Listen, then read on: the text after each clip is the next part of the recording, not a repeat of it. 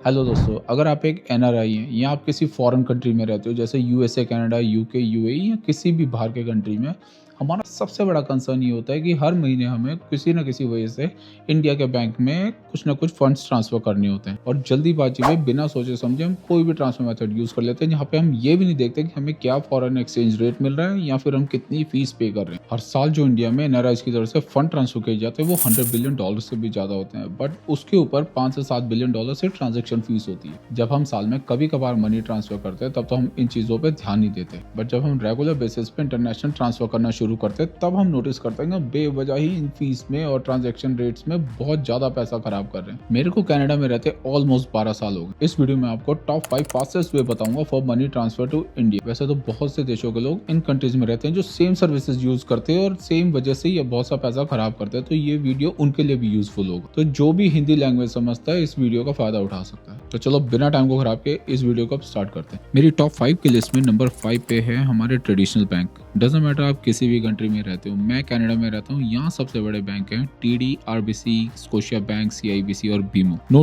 Doubt ये सभी bank बहुत रिलायबल और सिक्योर एंड ट्रस्टेड होते हैं, बट इनकी सबसे बड़ी कमी ये है कि इनकी ट्रांजैक्शन फीस बहुत ज़्यादा हाई होती है और फॉरेन एक्सचेंज रेट बहुत लो होता है। नॉर्मली अगर जस्ट मान लो कि कनेडियन डॉलर का रेट अगर 61 या 62 चल रहा है तो ये सभी बैंक आपको 58 या $59 देंगे और ट्रांसफर फीस के नाम पे आपसे $15 से $30 चार्ज करेंगे। और जो ट्रांसफर टाइम भी ये लेते हैं वो मिनिमम 3 से 5 दिनों का होता है। जैसा मैंने पहले भी बोला, ये रिलायबल और ट्रस्टेड तो बहुत होते हैं, पर सबसे ज्यादा पैसा हम एक्सचेंज रेट और फीस में यहीं पे लूज करते हैं। ये मैटर ही नहीं करता कि आपके कितने अच्छे रिलेशन इन बैंक्स के साथ है, इनके फ्लैट रेट होते हैं और ये हर किसी कस्टमर से सेम ही फीस चार्ज करते हैं। तो छोटे मोटे या कभी कभार के ट्रांसफर के लिए तो ये बैंक ठीक है, बट अगर आप मंथली बेसिस पे रेगुलर ट्रांसफर करते हो तो ये घाटे का सौदा। नंबर 4 पे मैं रखूंगा रेमिटली, जूम या फिर पेपैल जैसी एप्स। इनके फायदे तो ये होते हैं कि ये थोड़ी सी फास्ट होती हैं और मोबाइल ऐप का जो एक्सपीरियंस होता है बहुत यूजर फ्रेंडली होता है, बट इनकी जो कमी है वो होता है कि बहुत छोटी ट्रांजैक्शन आप भेज सकते हो और हर कंट्री में अवेलेबल भी नहीं है। अगर आपको कोई बड़ा ट्रांसफर करना है तो आप इन पे रिलाय नहीं कर सकते और फीस के नाम पे भी ये थोड़ा सा ठीक ठाक चार्ज करते हैं। $1-2 हज़ार भेजने के लिए तो ये ठीक है, बट अगर आपको बड़ा ट्रांसफर करना है तो मैं इनको सजेस्ट नहीं करूंगा, क्योंकि इससे बड़े अमाउंट के लिए इनकी ट्रांसफर रेट्स और फीस कोई इतने खास रिलायबल नहीं होते। हमारी लिस्ट पे नंबर 3 पे है ट्रांसफर एजेंट्स या फिर लोकल मनी शॉप। इनका फायदा ये होता है कि ये आपको कभी कभी बहुत अच्छा रेट देते हैं और ये कैश में भी डील कर लेते हैं, बट इनकी सबसे बड़ी कमी ये होती है कि रिलायबल या ट्रस्टेड नहीं होते और इनका कोई ऑनलाइन ट्रैकिंग सिस्टम भी नहीं होता। कभी कभार तो पैसे 2 घंटे में पहुंच जाते हैं और कभी 2 से 5 दिन भी लग जाते हैं। मैं इस सोर्स को कभी भी पर्सनली रेकमेंड नहीं करता जब तक ये बहुत ज्यादा ट्रस्टेड ना हो या आपके पर्सनल रिलेशंस ना हो इनके साथ। नंबर 2 और नंबर 1 बताने से पहले मैं आपको याद दिला दूं कि अगर आपको वीडियो पसंद आ रहा है और इन्फॉर्मेशन यूजफुल लग रही है तो प्लीज वीडियो को लाइक कर दे और चैनल को सब्सक्राइब कर लें।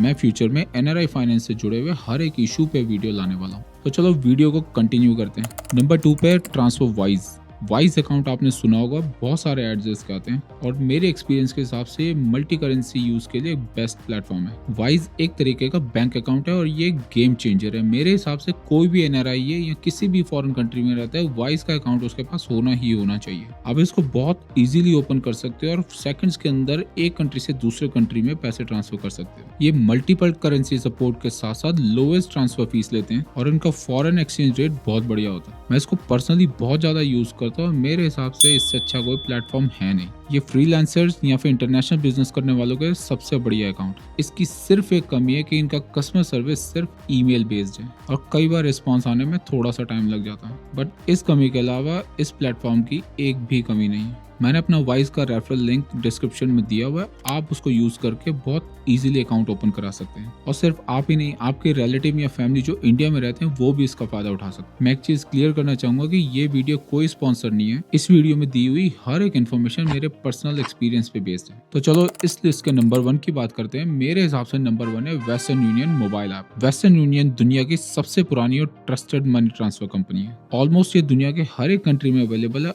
और अगर आप इसकी मोबाइल ऐप यूज कर सकते हो तो इसकी ट्रांसफर फीस बहुत कम है। ट्रांसफर फीस के नाम पे कई बार ये $1 से $2 ही चार्ज करते हैं और कभी कभी तो वो भी आपको वेवर मिल जाता है। और अगर आप पैसे इंडिया में ट्रांसफर कर रहे हो तो 1 से 2 मिनट के अंदर आपके बैंक अकाउंट में पैसे ट्रांसफर हो जाते हैं। वैसे तो वेस्टर्न यूनियन के फिजिकल स्टोर भी बहुत सारे होते हैं, बट वहाँ पे आपको ट्रांसफर फीस थोड़ी सी एक्स्ट्रा चार्ज की जाती है। बट वेस्टर्न यूनियन की मोबाइल ऐप यूज करके आप 1 से 2 मिनट के अंदर अच्छा खासा अमाउंट इंडिया के बैंक अकाउंट में ट्रांसफर कर सकते हो। इस मोबाइल ऐप में आप अपने डेबिट कार्ड, क्रेडिट कार्ड या फिर अपने बैंक अकाउंट को लिंक करके पैसे ट्रांसफर कर सकते हो। बट अगर आपको कैश से पैसा भेजना है तो आपको इनके स्टोर पे जाना पड़ेगा, जहाँ पे आपको फीस थोड़ी सी एक्स्ट्रा लगेगी। मैं personally western union mobile app को बहुत ज़्यादा यूज़ कर सकता हूँ और 1 से 2 मिनट के अंदर मेरे पूरे फंड्स जो होते हैं इंडिया के बैंक अकाउंट में डिपॉजिट हो जाते हैं। और अगर आपको किसी को कैश भी भेजना है तो आप वो भी मोबाइल के थ्रू भेज सकते हो। बस जो रिसीवर होगा उसको इंडिया में किसी न किसी वेस्टर्न यूनियन के ऑथराइज एजेंट के पास जाके पैसे रिसीव करने पड़ेंगे। अगेन, अगर ये वीडियो आपको जरा भी हेल्पफुल लगा तो प्लीज़ वीडियो को लाइक और शेयर कर दें और चैनल को सब्सक्राइब कर लें। Thank you for watching.